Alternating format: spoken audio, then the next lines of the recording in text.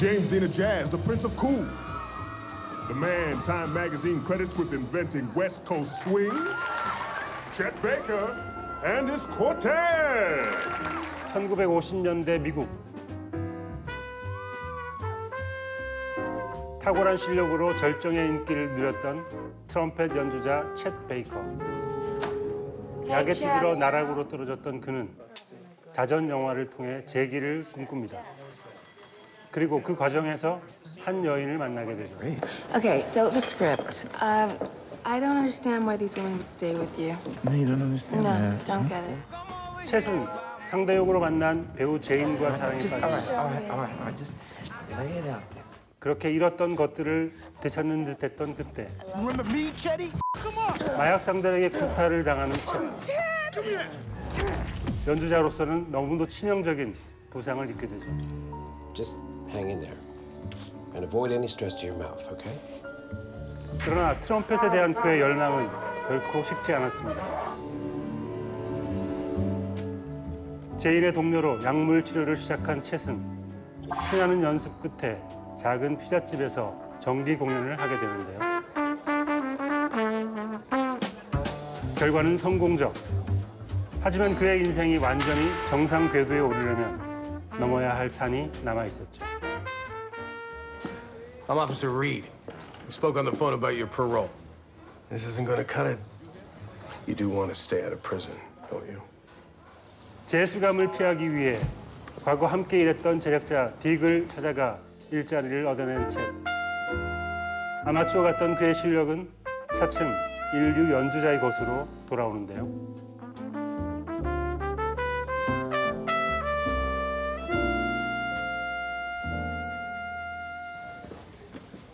God, you a glutton, Baker. And I'm ready to play Birdland. I'll get you Birdland. 마침내 자신의 데뷔 무대이자 뉴욕 최고의 재즈 클럽 버드랜드에서 화려하게 복귀하게 된 챗. 그러나 이 순간 그는 막다른 갈림길에 서게 됩니다. I don't think I can play otherwise. Dick, come on. I want to play music. The way that I want to play it. It's always been you. Your choice.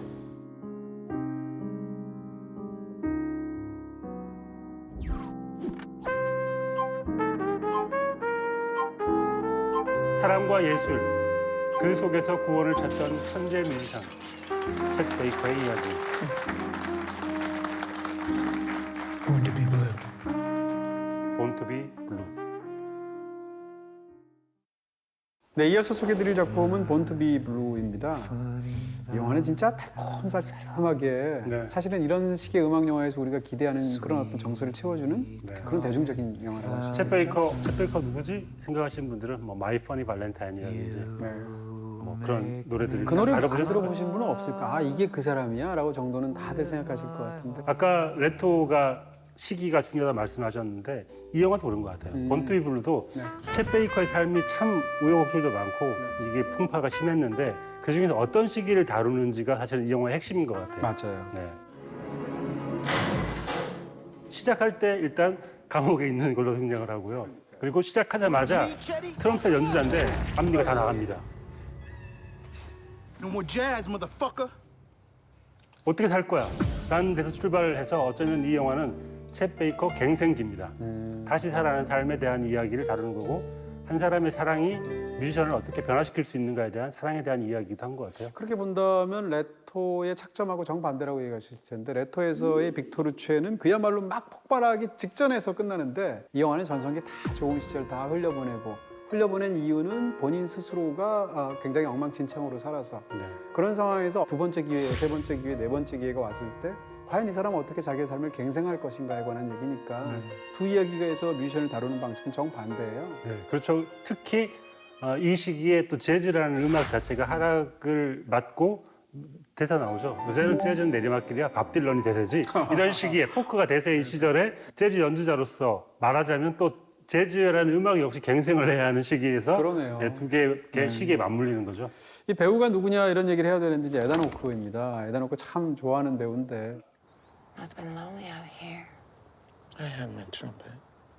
인간의 연약함을 묘사하는 쪽으로 에단 호크만큼 훌륭한 배우도 사실 드물고요. 에단 호크가 연기를 하면 그럴 수밖에 없을 것 같은 뭐 어찌할 수 없음의 정서를 너무 연기를 잘하는 것 같아요. 전 제 인생에서 가장 쓸쓸하게 잘 걷는 사람이 에다노크인 것 같아요. 뒷모습만 봐도 이렇게 주머니에 찔러놓고 걷는데 뭐 쓸쓸함 자체인 것 같아요. 사람 자체가. 근데 이제 에단 호크가 참 좋은 배우라는 전제하에 약간 좀 뭐라 그럴까, 이 사람 캐스팅할 때 위험 같은 게 있는 것 같아요.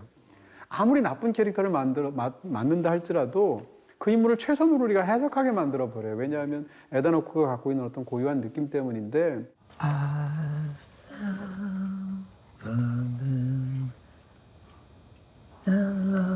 Before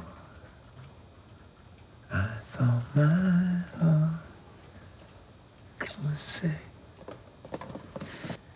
Why don't you come back with me to my place and we can sing? That's not a good idea. Because I know about you. What do you know? I know your trouble. Trouble's good for you. 피학적인 낭만적인 어떤 달콤함으로 쌉싸름으로 사람들을 이제 사로잡는 그런 스타일의 작법을 갖고 있잖아요. 우리가 영화를 보고 나서 그 인물이 좋은 사람인지 나쁜 사람인지를 판결하는 건 하나도 안 중요하지만 사실은 챗 베이커는 나쁜 짓을 너무 많이 했잖아요. 그렇죠. 단순히 이제 마약 중독자일 뿐만이 아니라 주변의 사람들한테 했던 어떤 여러 가지 전기를 보고 이 영화를 보면 이 사람이 이렇게 좋은 사람이 아닌데? 라는 생각을 하게 되죠. 우리나라에 나왔던 그 챗 베이커의 전기의 부제가 뭔가 하면 악마가 부른 천사의 노래예요. 그러니까 아예 전기에서부터 이 사람은 악마라고 찍고 있는 건데 어쨌건 우리가 그 예술을 대할 때 해결할 수 없는 굉장히 난제 중에 하나가 정말로 악마 같은 삶을 산 사람이 만들어낸 천사 같은 노래들을 어떻게 받아들일 것인가. 영화든 미술이든 음악이든 간에. 네. 근데 그런 어떤 딜레마를 보여주는 사람이 챗 베이커인데. Hello, fear. Hello, fear. Hello, death. Hello, death. 예술가의 성취와 그 사람의 삶을 맞아요. 분리해서 생각할 수 있는가? 네. 좋은 사람이 좋은 음악을 해야 하는 게 맞는 게 아닌가라고 우린 믿고 싶지만 네. 역사적으로 그렇지 않았다는 게 맞죠. 네. 어쨌건 이 영화에서 다루는 챗 베이커는 진짜 그 챗 베이커라기보다는 챗 베이커를 가지고 만들어낸 어떤 하나의 이야기라고 말씀을 드릴 수가 있을 것 같고요. 네. 또 하나는 뭔가 하면 우리가 이런 예술가 영화들을 볼 때 흥미를 느끼는 이야기가 뭔가라는 거예요. 하나는 뭔가 하면 상승의 스토리가 있을 거예요. 신데렐라 스토리가 있고 또 하나는 정점에서 추락하는 전락의 스토리가 있단 말이에요. 근데 이 챗 베이커가 너무 좋은 영화의 소재인 이유는 두 가지가 다 있어요. 네.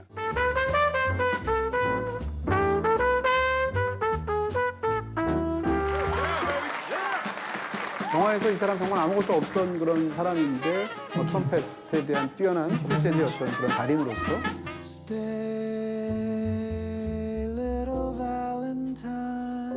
그 다음에 어떤 독특한 목소리를 가진 그런 가수로서 엄청난 성공을 거두게 되는데 본인 스스로가 결함이 너무 많아서 전락을 하게 된단 말이에요. I don't think I can play otherwise.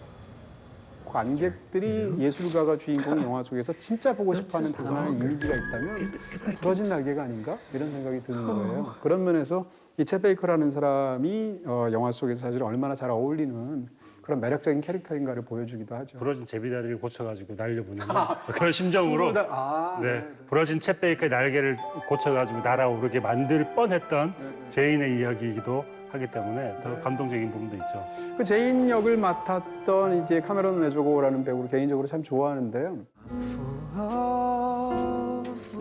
사실 이게 전형적인 이 어떤 남성 아티스트와 여성 뮤지에 관한 이야기처럼 보여요. 실제로 영화의 이야기사의 구성하는 구도가 그런데 그럼에도 불구하고 이 영화의 기본적인 터치나 이 배우가 갖고 있는 어떤 그 고귀함 같은 게 있어요. 네. 그래서 어떻게 보면 이런 그 제대로 추스리지 못하고 한없이 이기적인 남성 그 뮤지션 때문에 일방적으로 피해를 입고 패퇴해간 여성 예술가처럼 거라고 보이는데 그렇지만 그걸로 다 얘기할 수 없는 어떤 그런 주체적이면서 그런 측면이 있는. You know, I've been working with junkie musicians for over 20 years, and I have never seen anyone work this hard before. Yeah. Or stay clean this long, right? Yeah, that's a miracle. Must be love. 배우나 혹은 영화에서 어떤 만들어낸 작법이 이뤄낸 성취가 아닌가 싶은 거죠. 네, 실제로도 그 챗 베이커 주위에 많은 여자들이 있었지만 네. 사실 끝까지 함께 있던 여성이 한 명 있었거든요. 네. 그 여성도 비슷한 말을 했었는데 악마이긴 하지만 굉장히 음악으로는 너무 훌륭했다라는 얘기를 하면서 약간 거리를 두면서 얘기를 하는 모습 같은 것도 있었는데 저는 이 이야기가 라라랜드하고 되게 흡사하게 아, 느껴지고요. 맞아요. 그런 부분이 있어요. Whenever you're ready, Mrs. Zuka. Heaven gave us 배우를 friendship. 꿈꾸는 Can we open 한 사람이 our 있고 hearts? 또 음악을 꿈꾸는 한 사람이 어떤 식으로 자기의 일을 성취해 나가는가에 대한 이야기를 본다면 다 보고 나면 약간 이 여성에 대한 이야기가 좀 적지 않았나. 좀 이야기를 더 다뤘으면 좋지 않았나 싶었지만 제목이 챗 베이커에 대한 이야기이기 때문에 사실은 뭐 진취적인 이야기라고 볼 수가 없을 것이고요. 근데 아까 라라랜드 얘기했는데 그런 측면이 분명히 있습니다. 두 예술가가 사랑을 하는데 한 중반까지는 둘 다 각각 예술이 사랑에 도움이 돼요. 근데 어느 단계가 넘어가게 되면 예술과 사랑이 서로가 부딪히게 되고 하나를 선택해야 되는 이야기처럼 보이는데 그 영화도 그렇고 이 영화도 그렇다는 말이에요. 그런 측면에서 굉장히 인상적인데 이 사랑에서 보면 과연 두 사람은 이 러브 스토리에서 무슨 잘못을 했을까를 생각해 보게 되는데 챗 베이커는 너무 이기적인 사랑을 했죠. 소위 말하는 나쁜 남자인 거고. That's amazing. New York City. We fly out tomorrow. Yeah, but Chet, I've got my call back, right? You know that. Yeah, well, you're gonna miss that. This is a big deal, baby. Well, no, it's a big deal for me, too. Not some groupie, Chet. I'll go alone. 그러면 상대방인 제이는 사랑을 하는 사람으로서 어떤 오류를 저질렀을까를 생각해 보면 사랑할 때 얇은 평강공주 컴플렉스 같은 게 있잖아요. Don't stop, honey. It sounds good. It's real progress. 저 사람이 지금 너무 약하고 한없이 나빠 보이지만 내가 내 사랑의 힘으로 저 사람을 고쳐주고 싶은 마음 같은 게 있단 말이에요. 그것은 어떻게 생각하면 굉장히 큰 선의일 수도 있겠지만 뒤집어서 얘기하면 사랑의 힘을 지나치게 과신한 오만일 수도 있잖아요. 그렇죠. 그런 부분에서 이 이야기가 갖고 있는 굉장히 쌉싸름하면서 묘한 뒷맛이 있어요. 그런 면이 사실은 굉장히 인상적인 측면. 제가 그 챗 베이커 전기를 보고 나서 그 뒤에다가 약해서 약한 사람들이라고 썼거든요. 너무 그 마음이 약해서 네네. 약에 의지할 수밖에 없었던 사람들에 대한 이야기여서 네. 어떤 게 더 약했는지 모르겠지만 그런 얘기를 썼었는데 네. 비슷한 장면이 등장을 합니다. Let's cut the crap. You were a drug addict, right? Would you want your daughter to marry a man like you? Dad, where are you going? 제인의 부모님을 만나는 자리에서 약간 열받아가지고 혼자 뛰쳐나간 챗이 바다로 뛰어 들어가려고 걸어가요. 그럴 때 제인이 뛰어와서 같이 허그를 해줍니다. 키스하죠. 네. 맛있는 장면. 그러니까 챗이 너무 불행해 보이고 위태로워 보이니까 계속 붙잡아주고 싶었던 제인이 너무 마음을 너무 많이 썼기 때문에 오히려 챗을 더 약하게 만들었고 그래서 약을 하게 만들었다라는 생각이 들고 제인이 말씀하신 대로 사랑을 너무 많이 과신했다. 생각을 하게 되는 장면들이 몇 마디 있었습니다. 이 영화의 구성을 보면 아까 말씀하신 대로 이제 1954년에서 66년, 12년 사이의 이야기를 두 가지 시제로 오가게 되는데 흥미로운 것은 54년이 그냥 과거가 아니라 66년 시점에서 본인의 전기 영화의 과거를 연기하는 그런 픽션 속의 54년이라는 거예요. 그러니까 What is this shit? You did this because of Miles? Chet, say something! This is the scene where you meant to do heroin for the first time. I know it's seen it. Well, he told me to make up one. 사실은 그게 실존했던 과거가 아니라 네. 영화로 윤색이 되었던 과거라는 얘기죠. 그런 어떤 것들이 보여주는 굉장히 묘한 지점이 있고요. 또 한 가지는 지금 현재의 이 카메론 에조그가 연기하는 제인이라는 여성이 있고 이 54년도 12년 전의 시점에서는 또 다른 여성이 이제 아내였었는데 일레인이었죠. 그렇죠. Did you hear that? Huh? 그 일레인을 연기한 사람이 누구냐면 66년 시점에서의 제인이라는 거예요. 이것은 무슨 얘기인가 하면 이 이전의 아내도 지금 제인하고 똑같았을 것이다라는 생각을 하게 되고 어떻게 보면 이 사람의 사랑은 영원히 구제부응일 것이다. 영겁회귀하는 사람처럼 계속 망치는 사랑밖에 하지 못하는 게 챗 베이커가 아닌가. 그리고 한편으로는 챗 베이커는 자신의 예술을 위해서 여성을 도구로 썼다고 생각할 수 있습니다. 예술로 향하는 길에서 누군가 도움이 필요했었는데 그 도움을 줄 수 있는 사람들을 계속 이용해가지고 자신의 예술로 가고자 했기 때문에 그런 면에서 똑같은 사람이 1인 2역을 했다는 게 그런 의미이기도 한 것 같아요. 네. 이 영화의 시작은 이제 버드랜드에서 시작하잖아요. 네. 그러니까 이 사람은 사실은 이제 그 웨스트 코스트에서 이 뮤지션으로 워낙 유명했던 트럼페터인데 이스트 코스트의 왕자이면서 진짜 재즈 역사에서 거의 가장 위대한 사람 중에 하나가 바로 마일스 데이비스인데 마일스 데이비스에 대해서 챗 베이커가 엄청난 컴플렉스를 느끼고 있는 거죠. 그래서 같은 무대에 있을 때 저 사람이랑 같이 나란히 혹은 앞뒤로 이렇게 해서 연주한다는 것을 너무 두려워해요. Where were you, man? What am I now? Huh? Oh, Miles is here too. Everybody's here. 그러다가 이제 영화는 1966년도에 다시 또 버드랜드에서 끝나게 되는데 이 두 장면을 비교해보면 사실상 차이가 없거든요. 사실 이 이야기는 계속 자기의 같은 삶이 잘못됐다는 걸 알면서도 음악이든 삶이든 같은 굴레 속에서 반복할 수밖에 없는 어떤 한 사람의 이야기를 보는 느낌이 있었어요. 또 똑같은 패턴을 반복하는 것처럼 보이기도 하고 그런 의미에서 어떻게 바라보느냐가 예술을 바라보는 태도이기도 한 것 같아요.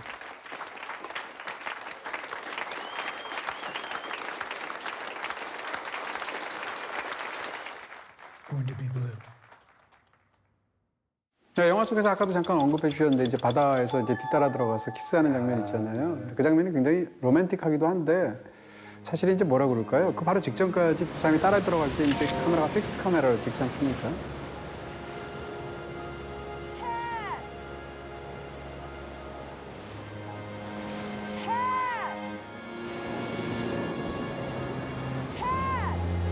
그러다가 뒤따라 들어가는 순간 이제 카메라 자체가 이동 카메라로 찍게 되는데 그런 부분이 저는 카메라 이동만으로도 보여주는 이전의 화면의 어떤 촬영 방식의 차이에 따라서 보여주는 굉장한 몰입의 순간과 어떤 낭만적인 같은 게 있어요. 그런 장면들 대놓고 낭만적인 그러니까 건데 노트북 같은 그런 장면.